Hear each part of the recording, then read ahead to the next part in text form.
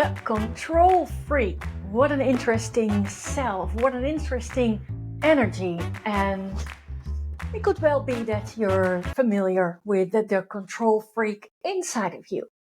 Or maybe not. But anyway.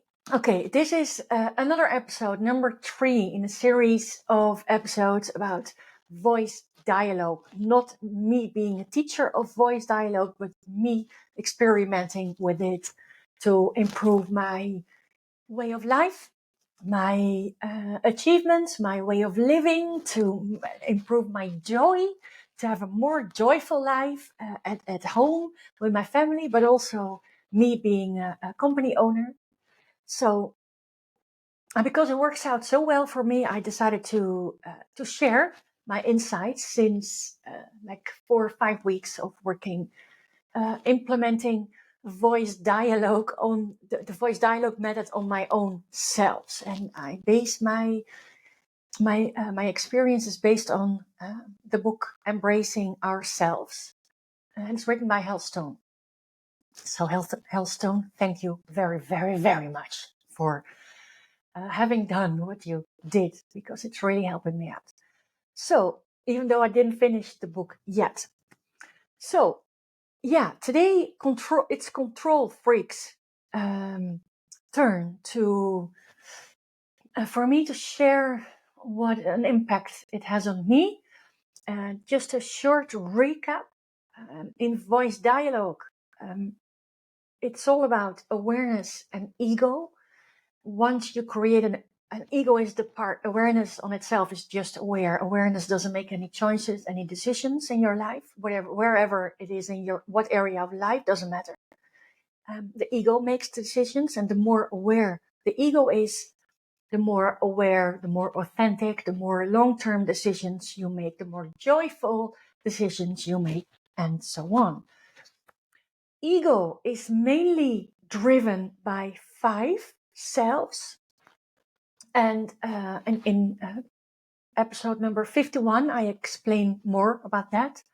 But today I'm going to talk about the control freak, which is a self that influences ego's decisions. Hopefully to create more awareness in your, if you recognize control freak. We all have control freak and the inside of us, and the more aware you are, the more aware you make your ego. And if your ego is more aware, you're also your decision making is more aware and more joyful, driven from authenticity instead of ego. Okay, control freak. Yeah, let's start. I didn't have any clue about voice dialogue or personal development. I think I was around 27 years old. I had my first 2 to 3 years, 3 to 4 years of working experience. And I think at a certain point in just 1 week, I could have that advice twice a week. Susan, let go. Susan, let go. Susan, let go. Now, it's like giving me the advice, don't think of a pink elephant, because when I got the advice, Susan, don't let go, so don't hold it anymore, I was even holding it more tight, because, a person cannot not think of a pink elephant. A person cannot not hold it anymore. Our brain doesn't know what to do with the word not. So it's a stupid advice. Anyway, it also didn't work for me, the advice. But looking back, I was a complete control freak. Together with perfectionist, and we were keeping ourselves really busy. They were keeping me really busy. Well, it's all about me, but with all myself, of course. So the control freak, I noticed her now. That was then. And in situations, I like also to control.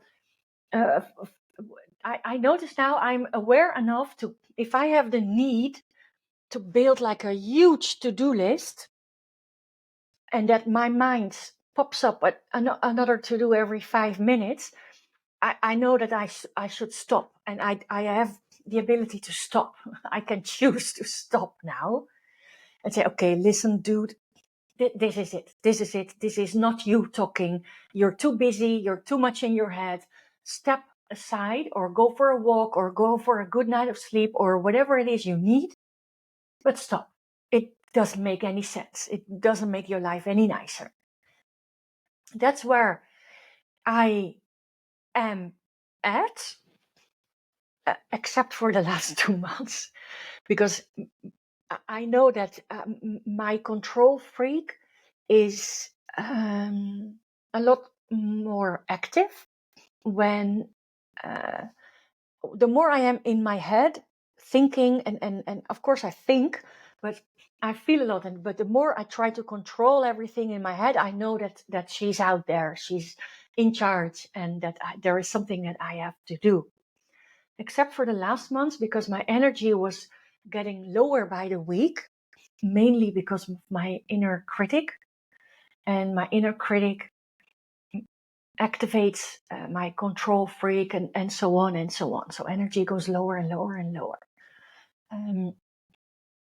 That is one part of the control freak that I know her already, so I'm aware.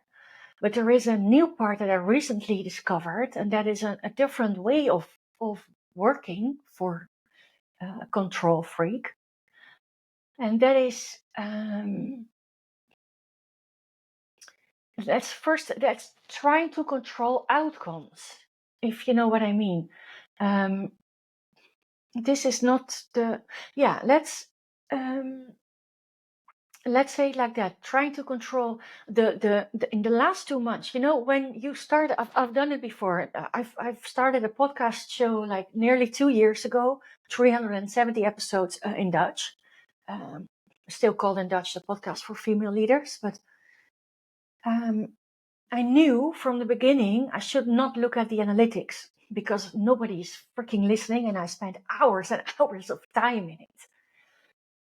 That is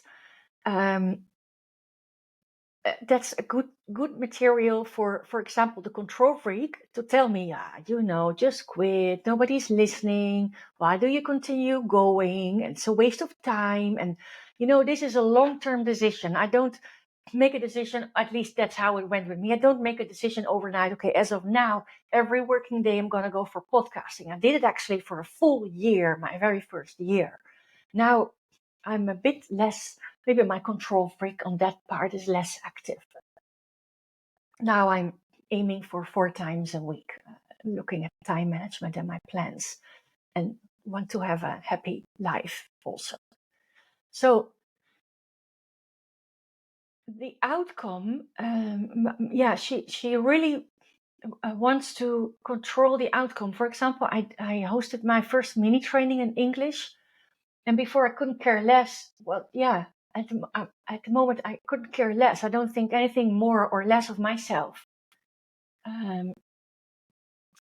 Whether people who subscribed are actually there. Usually it's 50% of the women who subscribe are actually there. It has been a lot lower, but since I've moved to advertising on LinkedIn, and I did some changes in my communication, I'm there at level 50%, sometimes 60, sometimes 40, but average 50. So it's very good.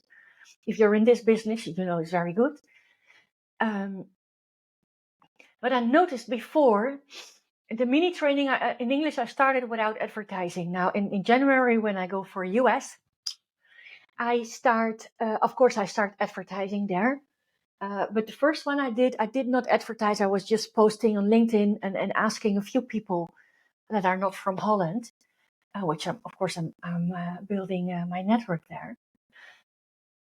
But I was trying to control I noticed myself, I was trying to control the amount of subscriptions, and I noticed, what is there to push the outcome?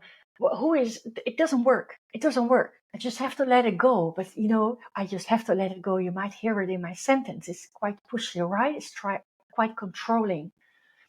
It's also with last week was Black Friday, and usually I don't work one-to-one. I get the question very often, can I work with you one-to-one? And if it's about positioning yourself, you don't position yourself with 2 people on the table and one of the other people is a coach, me.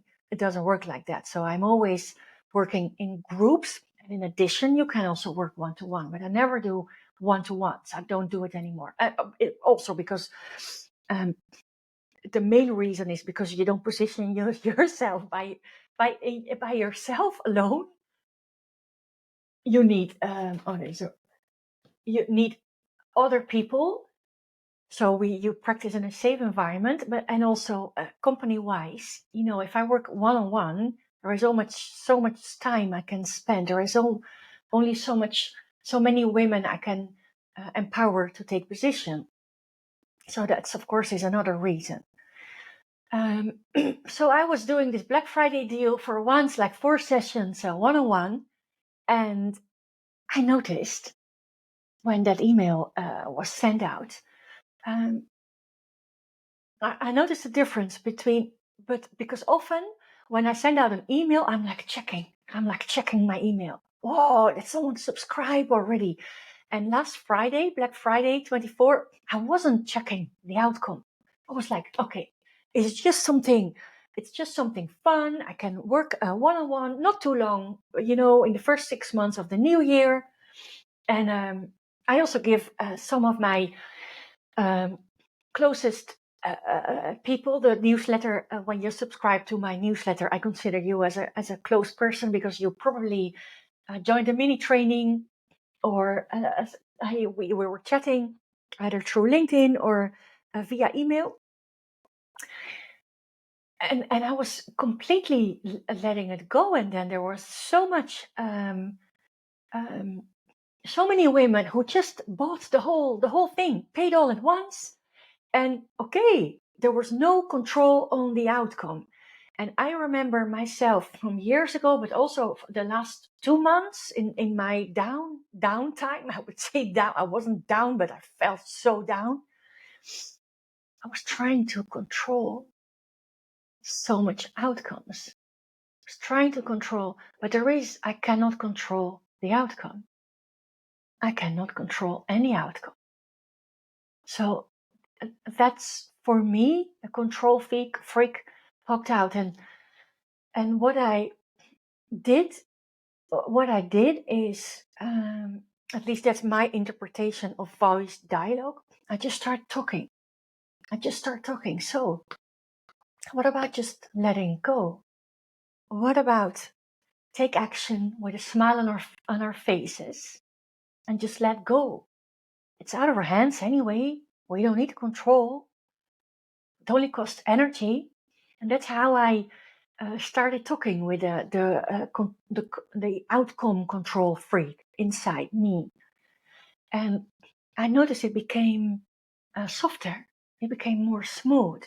And also, before I in other situations, I could, check my email and then find myself annoying because I was constantly checking my email. And then I would check my email, and then I would find myself annoying. And then I would check my email, and then I would find myself annoying. So I'm going down, down, down. If you do that long enough, like I did since August, 2 months after, there is not much happiness left anymore.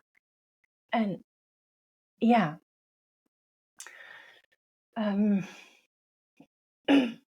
So yeah, an important discovery here, very clear discovery, that I just ask what makes you want to control the outcome, and there is always some kind of a fear behind. But then if you ask, so what do you need to feel less scared, there is also always an answer. Maybe there's some other energy, other self, or other part inside you that can help the control freak stay calm, or less controlling on moments where you don't really need it. If, for example, you have a one-on-one meeting that's important for you, if you're there trying to control the outcome, it's not going to work. You're probably there from a scared part of you doing the conversation. But if you focus on what you want just as a wish, as a desire, as a happy feeling, if you keep that in mind and meanwhile do the conversation, if you need yourself to talk to your control freak before, it's all fine. You can be in control. You can be in control, in charge. You can take leadership on any conversation. But from what intention do you do it? Because you want something for yourself, because you truly want it? Or do you want something for yourself because if you feel like you don't control it, then you won't get it? Or if you have the feeling you need to control the conversation, otherwise the conversation doesn't bring you what you want it to bring you. It's totally different energies, and the more you're aware of those energies, the more you can lead them, and actually get a lot more outcome than if it's coming from a control freak that's there purely based on fear. Lately I was also very good in controlling time. I